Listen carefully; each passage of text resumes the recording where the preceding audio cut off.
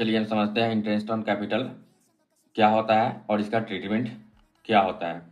Interest on capital means owner को एक amount देना, किसके लिए? जो उसने बिजनेस में पैसा लगाया था। Interest on capital means the amount given to the owner for investing money capital in the business.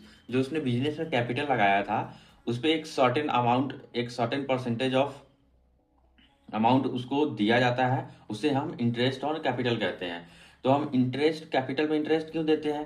तो यहाँ पे बिजनेस इंटिटी कंसेप्ट कहता है कि ऑनर और बिजनेस को अलग अलग ट्रीट करने के लिए, कि दोनों अलग अलग है, बिजनेस अलग है और ऑनर अलग है, because of business entity concept. तो जो कैपिटल इन्वेस्ट किया है ऑनर ने, उसे एज ए लायबिलिटी ट्रीट किया जाता है बिजनेस के लिए। जो कैपिटल है, जो ऑनर ने पैसे इन्वेस्ट करे हो बिजनेस के लिए, लायबिलिटी है, तो बिजनेस इस पे इंटरेस्ट पे करेगा। ठीक है, तो ये एक तरह से है कि रिवार्ड है या कंपनसेशन है फॉर यूजिंग ऑनर मनी। ये ऑनर अगर ये पैसा बिजनेस में नहीं डालता, फॉर एग्जाम्पल ये पैसा अगर बैंक में डालता तो उसे एक परसेंटेज वहां से इंटरेस्ट आता, तो उसके लिए ये रिवार्ड या कंपनसेशन है जो पैसा उसने बिजनेस में लगाया है। तो एग्जाम्पल देखते हैं, Vivek start a business with 5 lakh, interest on capital is allowed 10%।